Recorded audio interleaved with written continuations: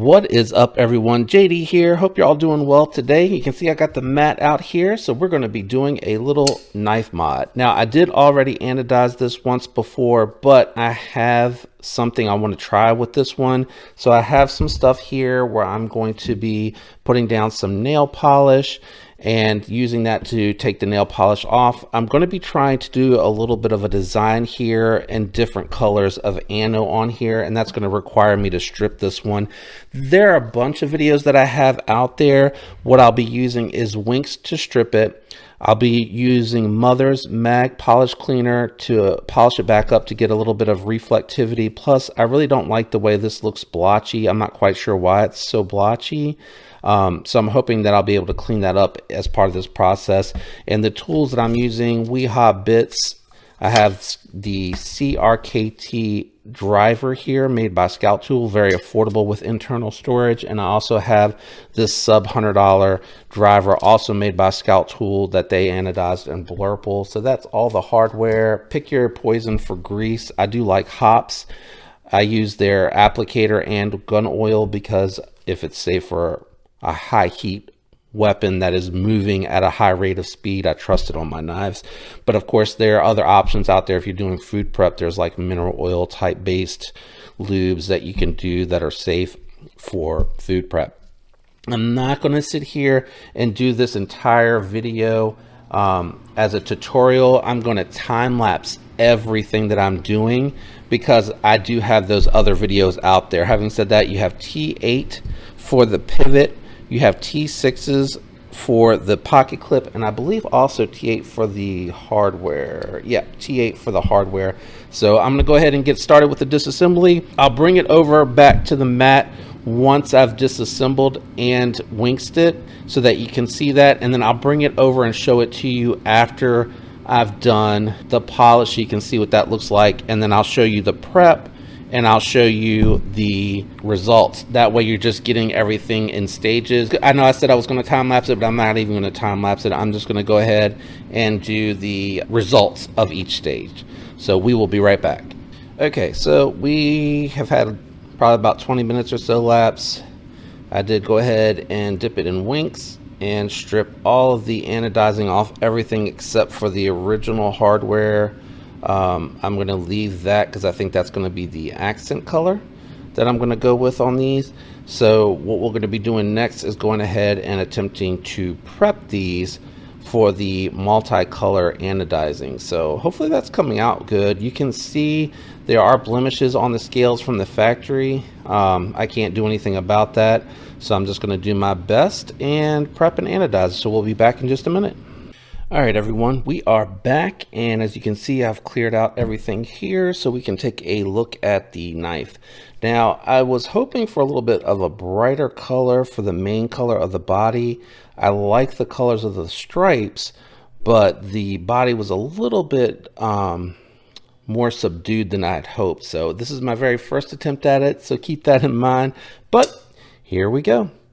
This is the Asher knives with the graffiti stripes. I'm not quite sure what to call it. It looks like 90s graffiti, doesn't it? I think it came out okay. I think if I could have gotten this base color, and I mean this titanium, I don't know which grade titanium it is, but I even had a hard time with the initial colorway on it and getting it to be more reflective, and it had the little swirls in it as well. But let me know what you think down in the comments about this one. So what I ended up doing, I think I got a little bit of an air pocket here too, because there's a little touch of green on the inside of that as well. And I can't figure out for the life of me why it looks like that in certain lighting. And again, that could be the color that I picked, could be this titanium. It's hard to say. It could be also, I noticed, well, let me walk you through. So I did the Winks, I did the polish as you saw a little while ago to get it to that satin finish. And then what I did is I used a dropper just to take the nail polish and kind of go across. I might try to get a longer, skinnier dropper because I found out, like, as I was going across, I was kind of running out of nail polish before I was done going down the scale. But I am going to get a clear nail polish too because I bought like a red. I really didn't think the color would matter. but it was just such a mess to get off. And then it looked like, originally it looked like it was starting to stain the titanium, and I was worried about it taking the color. As you see, it didn't really affect the blue at all.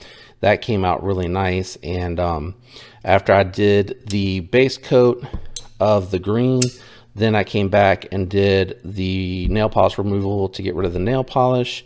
And oh, looks like I need to touch it up a little bit there. And actually I can show you that real quick because I got that nearby. All right, so I grabbed a little extra nail polish. I'm just going to dip it real quick in here, and I'll show you how that came off. So just like that. And you can see there why I want to go with the clear, just because, you know, that was all over the scale and I freaked out. I thought it was gonna stain it and I was gonna have to strip it back down, but it and that stuff is strong. Came off really really easy, actually. Once I started to get it to break away, it took like, you know, 5 or 6 wipe downs with the nail polish remover to get it all off, and it came off really good. And then once I had that off, I lowered my voltage, went back through and did it again. I was going to match it up to the scale of the Blurple, but I wanted to go a little bit higher in color just to have that extra contrast going. But this is definitely a more busy design or pattern. I think you have to really love this pattern here.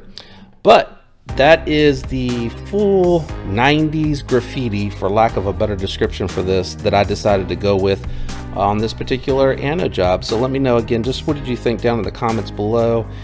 What kind of base color could I have gone with? I know I hate to keep using the Asher as my test knife, but it's a good one because it's easy, relatively easy to strip down, clean, prep, and everything to get ready to do the Anno work on it. I might actually just pull this pocket clip.